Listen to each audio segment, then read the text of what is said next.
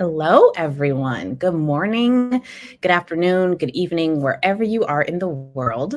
My name is Casey Willis, and I am the podcast manager for Goody Nation. And you're listening to Why Relationships Matter in the Innovation Economy.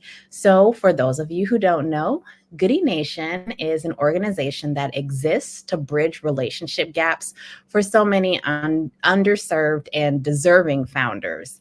And we do this by providing opportunities for these founders to meet mentors, coaches, fellow founders to find opportunities to help their businesses and their ventures grow.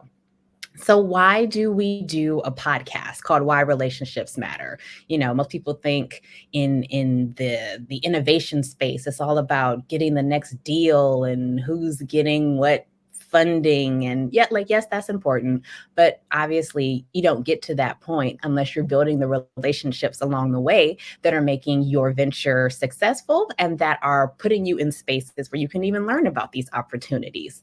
So we like to take the time to reach out to amazing founders, amazing folks who are working in the innovation space to learn about the different ways that they themselves have used relationship building and intentional relationship building to help success in their careers. And so today we have a very special episode featuring good folks from chess.com. We have Kassa Korley, head of community, and Erik, Allebest, the CEO. Welcome both of y'all to the show today. How are you? Thanks for being with us. It's a good day. Lots of things going on. Never a dull day at chess.com. That is the truth. Fantastic. Okay, so yes, let's jump into it so that we can learn about all of the things. So our classic Goody Nation question that we love to ask our guests: what is your origin story? And so the reason we ask this question, so many times when you're at a networking event or a conference, you only have minute and a half to talk to someone. So you're like, what are you doing now? What's your information now? How can we connect now? But we have the time now. We want to know how you got to where you are today. So starting with Erik, what is your founder origin story? Well, thanks for kicking that off. I grew up in Southern California. I had a very entrepreneurial father, very supporting mother, and two brothers. And at a very young age, I was somebody who was always hustling for something, whether I was trying to earn up to buy a remote control car or, whatever it was. I was always trying to find a business to do. I was recycling cans for money when I was a little kid. I was selling stuff in elementary school. I was door-to-door sales when I was, 12 years old. I was mowing lawns. I was doing all this stuff. I was very entrepreneurial. And then when I went to college, I was also not that interested in school. I was just interested in doing ventures. So I started a company while I was in college, and that was a chess teaching company. And that went really well. And I got good grades, but I was mostly focused on growing the business and doing that. I also was getting married, and, I had kids when I was just leaving college. So I was kind of early into it, and then was basically on my own running businesses from a young age. Never really had much a job. I had 2 internships that I didn't like either one of them. And so I went to the chess teaching business. Then I did a chess equipment business before Amazon started selling everything. It was an online e-commerce business selling chess equipment. So that was my second chess business. And then I started chess.com, which is my third chess business. And that was because I didn't have a home on the internet that I felt like represented me as a chess player. And so me and a college friend, Jay Severson, we started chess.com together, basically in kind of late 2005, and started building it through 2006, launched it in 2007. And at that time, I was going to Stanford Business School, which I went to partly because I didn't know what to do with my life. And I went there, had a great experience, happy to talk about that, but launched chess.com to the public in 2007 and have been sprinting on the treadmill ever since to keep up with it. I should also say I learned chess when I was 8 years old. My mom taught to me, but I didn't really take it seriously until I was a senior in high school. I am nowhere near the level of player that Kassa and many other people at our company are. I'm an average level, slightly above average level player, and I love the game, and I love technology, I love entrepreneurship, and I love building relationships. I love doing a mission-driven company, and I'm just very excited about what we're doing. You know, I'm glad you mentioned it because that was going to be one of my questions. Like, okay, you started like 3 chess businesses, but how did you even get into chess? And we love that it was mom who taught you how to play. So shout out to mom. Kassa, what about you? What is your origin story as head of community at chess.com? Yeah, Casey. Well, I guess it would start just in sort of how I got engaged with the game. I learned how to play when I was 5. I grew up in Harlem, and across the street from where the school bus picked me up and dropped me off, there was a guy named Sonny that actually sold flowers on a street corner, and he also happened to have some chess sets out. So I get off the bus, every day, Monday to Friday, more or less, and play Sonny in chess while in between his flower sales. And, he would beat the life out of me and talk some trash while he did it. And I kept coming back. And so, when I was 5, when I was 6, he was getting the best of me. But by the time I was 7 or 8, I was getting the best of him, and I needed some new opponents. And that was kind of the origin story of my chess journey. Yeah, through high school and teenage years, and then college, I was still pretty passionate about chess and a very active, serious tournament player. And I think a big part of chess for me was always, it was a conduit to various opportunities. So I think in part I was able to use my chess acumen to, get into a good college and to meet different people and to just kind of share my gift. And sometimes they'd kind of reciprocate in a way. So I think that was generally the dynamic. And then typical, what is quite typical, at least historically, is that the chess economy wasn't always so great. And so oftentimes at some point you're kind of forced to make a decision whether you want to, continue to pursue chess full time in a playing capacity or a teaching capacity, or to do something else. And I kind of towed the line in both arenas for a while. I worked full time at a tech company, Code Academy, and I did some work with Microsoft Research, and so I was basically pursuing my playing passion of chess, but also doing some other work. And then, the one thing about working in a lot of different jobs that's different than chess is a lot of times it takes quite a while to see the horizon of the things that you actually do, whether they're effective or not. It could take 6 months, 12 months, 3 years to figure out whether what you did had an impact. And when you play chess, the results kind of validate your process one way or the other. And I think, basically at chess.com, the really good thing is we're making changes and doing things all the time, where you can pretty readily see the effectiveness of what's happening. And it's also still chess adjacent. So even though I'm in a very much a business capacity now, I could still use some of the skill set that, I brought along with me through the past 20 years in this role. What's really interesting to me about both of your stories is not only how the relationships that you had with people influenced your path, it's like your relationship with the game itself. Like this all started with a love and enjoying the game of chess, which branched out into meeting people and starting businesses, and we'll talk about traveling the world because I know y'all have done that too. And I think that's just so fascinating. And something else that you mentioned, Erik, that I'd love to dive into for both of you is you said in your early days of starting out, you didn't have the community that you wanted to see around chess.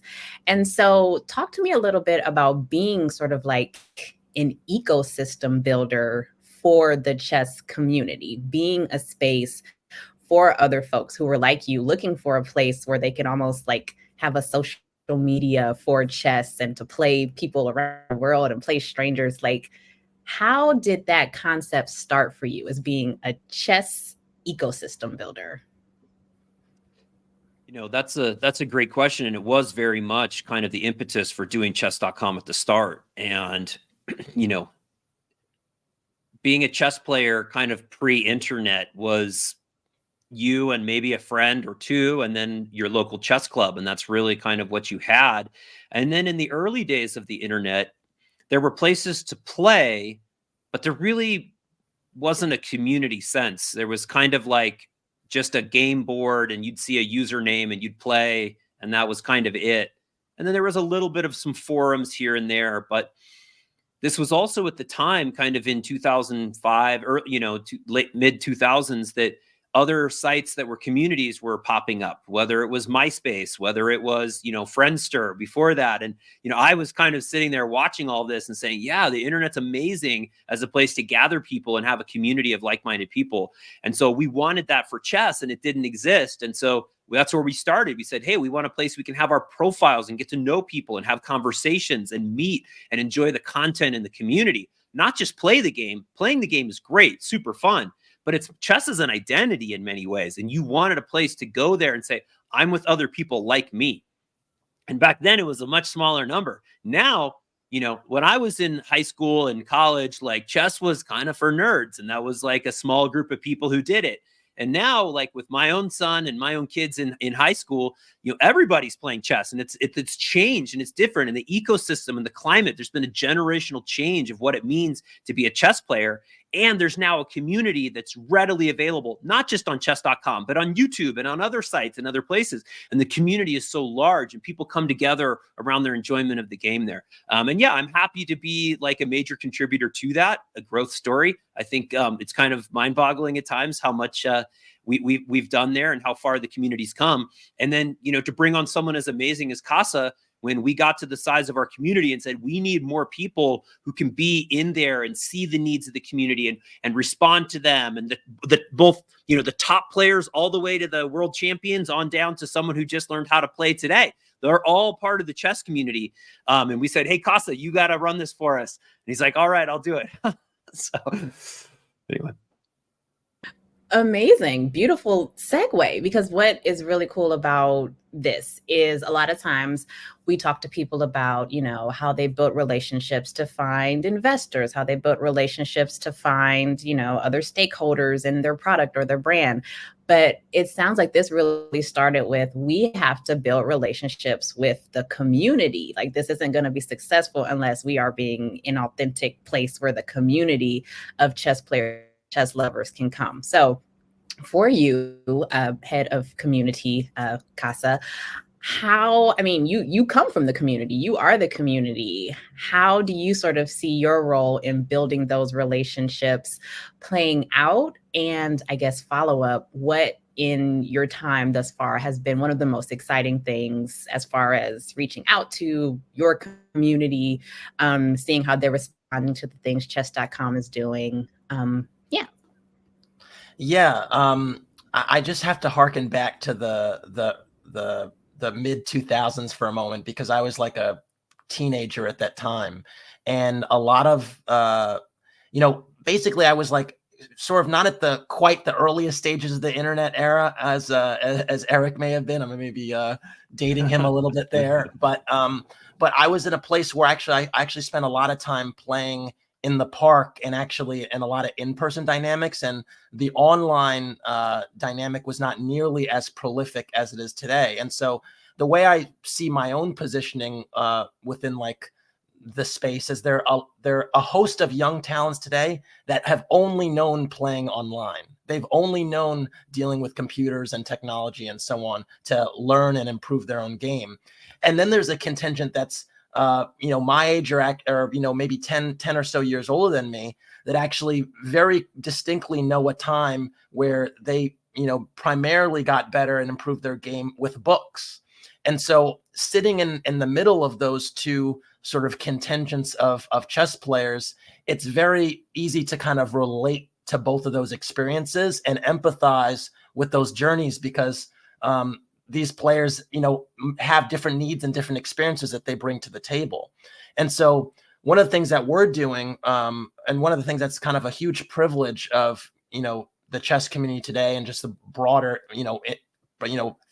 dynamics of the internet, is we can actually bring all these people together to play against one another, to engage with one another, to share opinions, beliefs about the game, and that's a really big part of what we're helping to facilitate.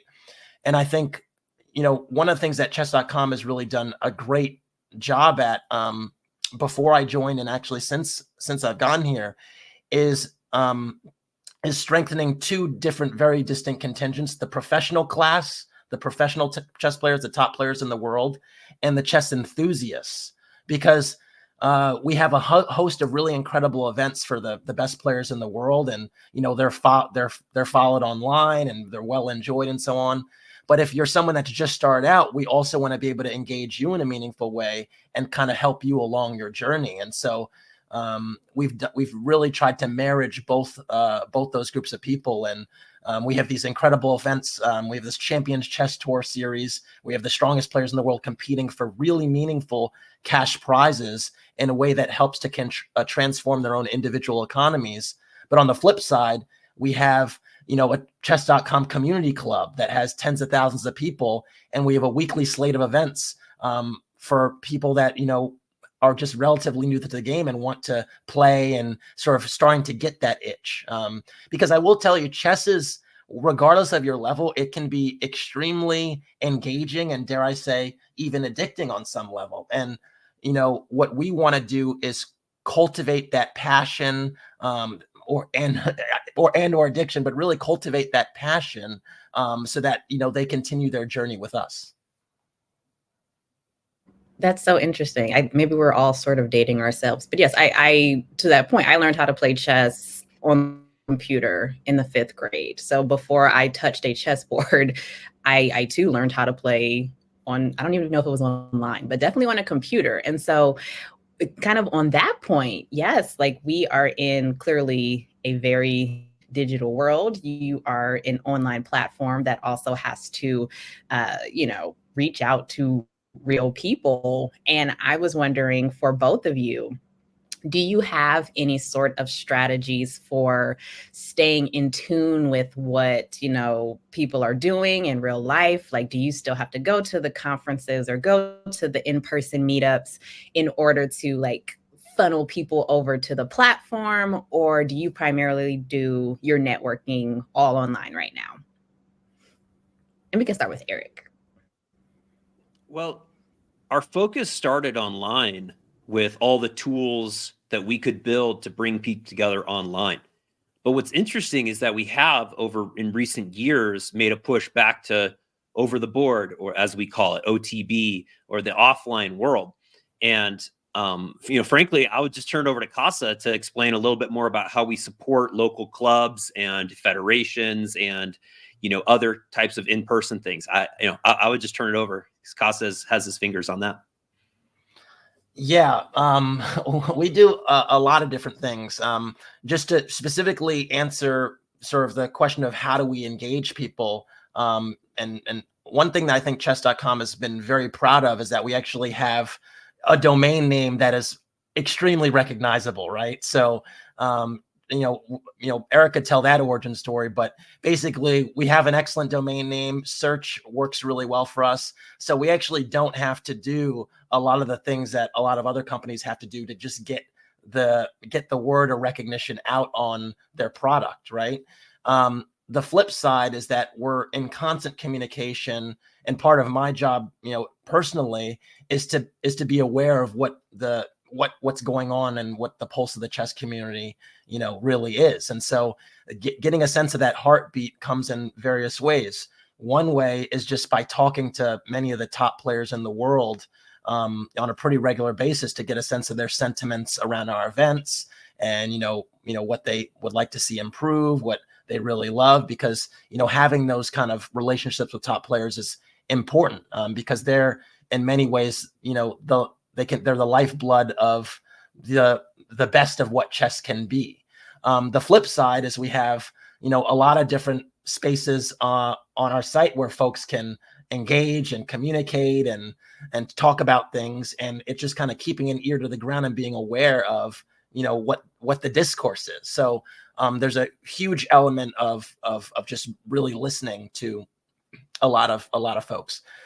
We do a lot of stuff also in person. So one thing we do with we do a lot to help facilitate over the board clubs and engage with them. And so we might, give them banners or chess materials, chess boards and pieces and so on. And there are many clubs all over the world, frankly, that are really, got caught up in the chess craze of the past few years, in particular during the pandemic, and are building, those communities all around them locally. So we do a lot to also engage those communities while also trying to bring a lot of them online, because the truth is we want them to play on chess.com. So it's sort of supporting the self-starters that are kind of doing stuff themselves, but also being like, hey, you can take, your local ecosystem and make it an even more special ecosystem. And so those are the kind of the things I'm doing in concert. Very cool. It's like hybrid relationship building with your customers, your fans, your community. So going back to, I guess, the two of you as individuals for a moment, you spoke about, partnerships that helped you to get to where you are today, even if that partnership was someone playing chess with you in the park.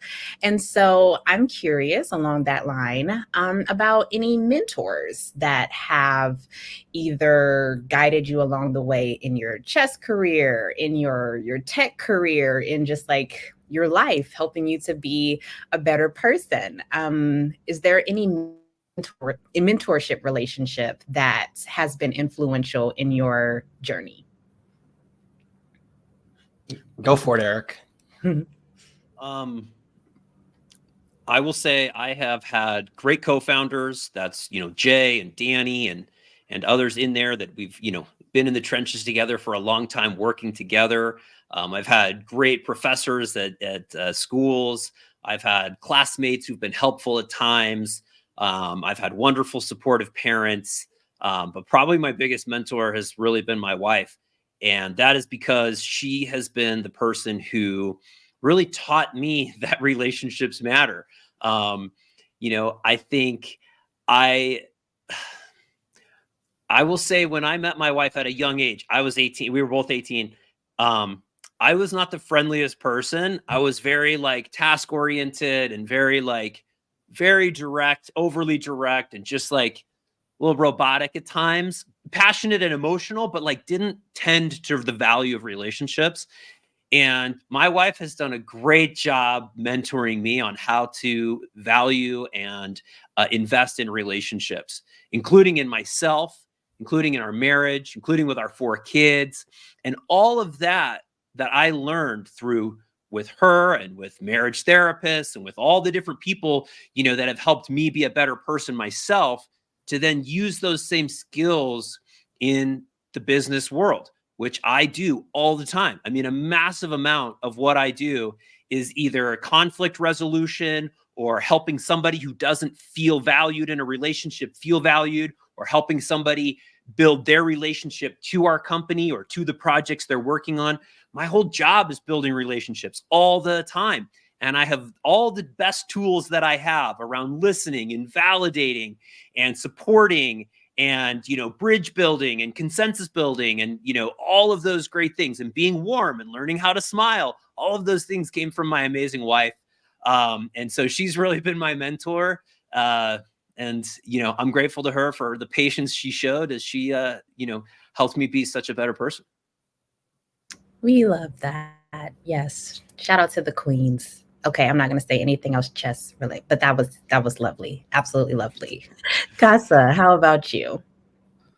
Yeah, I mean, there's so many different ways you could go, place you could go with it, because I think, for me, a lot of times it's instead of thinking about individuals in particular, it's what are the communities you were in that got you to the community you're in now. And so, I mean, I was in a program called Prep for Prep when I was, basically a preteen, which was a program for, minority youths in New York City that kind of placed folks in independent schools after a rigorous academic journey. So, I had the privilege of being in this program and then basically getting into a good private high school, and high school applications and so on in New York City are like college. It's really quite insane, actually. And then from there, I, had a community at Duke that, in my undergrad that really engaged with me and, was pretty huge. And I spent some time, quite a bit of time actually abroad, in Denmark, and there were a number of folks over there that took me, embraced me and so on. So I think a lot of times it's the communities you step in and out of, and just trying to maintain some of the people that you kind of meet and engage at those junctures. Because one of the things that's actually I don't think is discussed enough sometimes is many times you leave an environment or community, and you might not be in regular contact with those people, but if you just check in sometimes periodically, or sometimes even sporadically, that might be enough to really retain important people around you as you kind of grow. And I think that's something even personally I need to be a lot better at, is while blossoming, continuing to touch base to the ecosystems you were around before the current one you're in. So but I think that's kind of where I would go with it, at the risk of not name dropping people. No, that's great. That's a beautiful reflection of, because we're all, guilty of it. There's so many people we should probably be writing letters to or texting just to check in on. And even just that realization of like, yeah, communities as mentor is something that I think a lot of people can relate to. So with chess, the objective, of course, is to win. You want to capture the king. Yeah, that's right. Go fifth grade teacher. And so you are competing against someone else. It's kind of similar to business. Like, yes, you want to be gracious and respectful and follow the rules and don't cheat, but you are competing against someone else. You're competing against lots of people, especially in the online gaming space, esports space. And so for both of you, I'm curious to know, how has your relationship with healthy competition affected your mindset about, building your career? I'm sure you see people who do similar things to you at different events and different conferences and different spaces. You have to still be cordial.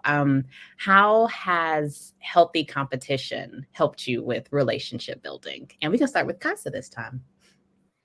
Yeah, it's funny because I've always considered chess to be kind of a vehicle or a arena through which I could kind of make the most of myself, or kind of maximize the skill sets that I may have. And so for me, winning has always been, and the competitive aspect has been extremely important. But it's really been important to kind of maximize what the skill sets that you have, essentially. So the reason I essentially play chess is because I feel like whatever my personal failings or weaknesses are and so on, it's a good representation of who I am. And I feel like I could probably say this a little bit better than I am, but that's really what, like, I knew at a very early age that I wasn't going to be a world champion per se, but it was just wanting to be the absolute best version of myself. And you'll find that a lot of very ambitious chess players, one of the things that they have to become somewhat obsessed about, or really really interested in, is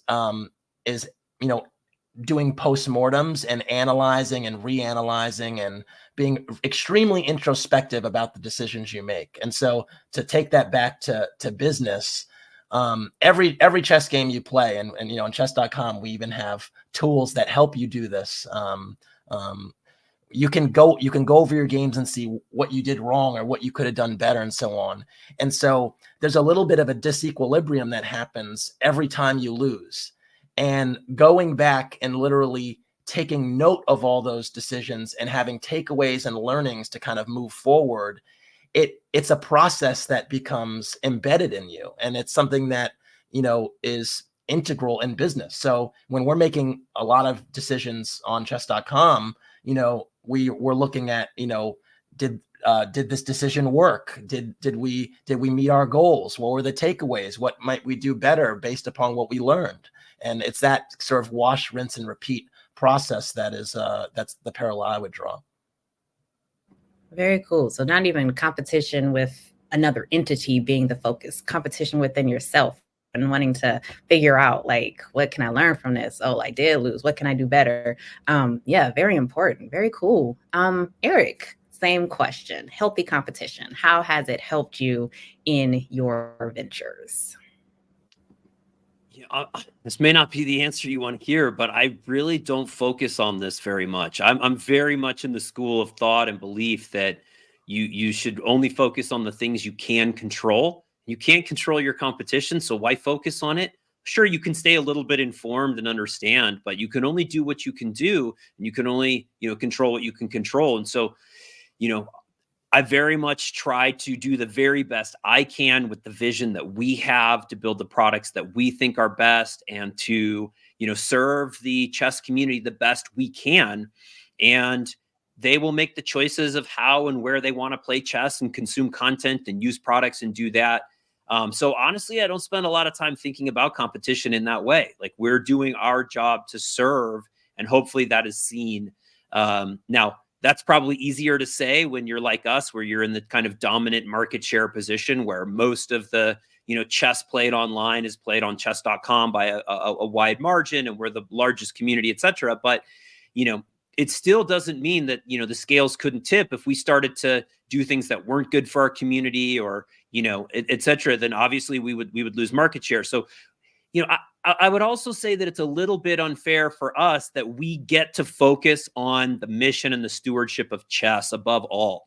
And if we're growing the game, regardless of, where that shakes out in market share, but if we're growing the pie of people that are interested in chess and like chess and, want to participate in the community, then, that's good for the game. And we can feel really good about ourselves and really good about everything in doing that.